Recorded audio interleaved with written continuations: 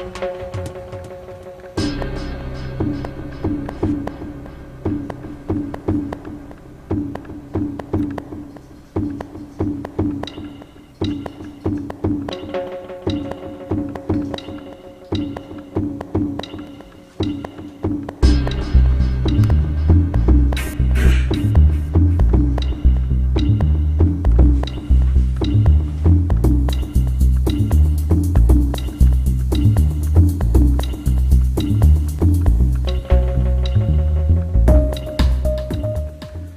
guess over the last 10 years we've done a lot of different projects.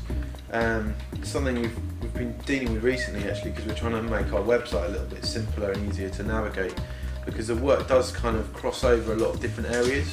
But I'd say generally you can break it down into sort of 4 things really, which is performative work, so live performance work. So that's either work that's our own making and generally sort of audio-visual in nature, or work we've created for performers, so collaborations with other musicians, bands, DJs, what have you, visuals, VJing essentially. Then you've got installations, which we've done a lot of different projects that incorporate installations into them, or are in fact larger kind of exhibitions that are sets of installations. And then film work and animation work, so that's stuff that just stands on its own as moving image. And then sort of design and print, I guess, is the other sort of area, the photography, design and print. And I think on this channel there's a nice cross-section, also kind of work that involves participation, collaboration. It's always been a central part of Light Surgeons.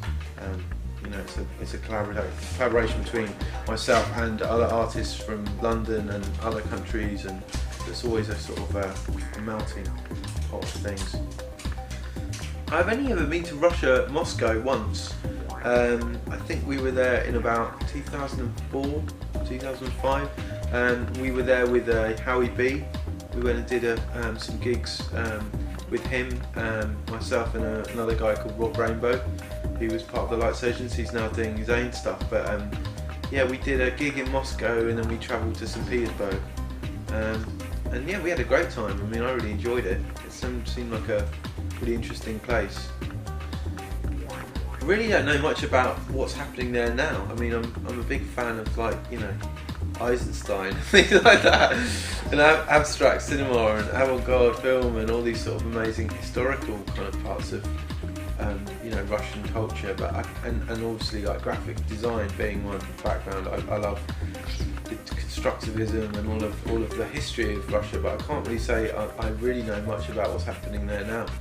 In fact, nothing. I don't know, because I think for a while I've been looking at ways in which we can kind of publish some of our performance-based work, and DVD had always seemed like a really great medium, but it's now become very, well, it's just hard to sort of get the money to produce content anyway, and then publish it and then distribute it. So I don't know, I'm very excited about the potential of using the web for publishing work, and ways in which film and sort of narratives can exist through kind of non-linear sort of formats, in which they don't have to, they can be more interactive, they can have kind of different layers to them.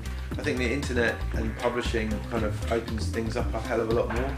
I mean, I think you can still do a lot of these things with DVD, but it still feels like a slightly clunky format, and the fact that it's actually, a piece of polycarbonate kind of seems a bit pointless as well, when, you can reach a lot of people over the web. I mean, the big issue is about kind of how do you make this stuff pay for itself? How do you make a culturally and creatively create a sort of economy where artists can make work and carry on doing the work? That's probably the biggest question. But I think in terms of the potential for all these sorts of social networking and people uploading and remixing stuff, I think it's really exciting.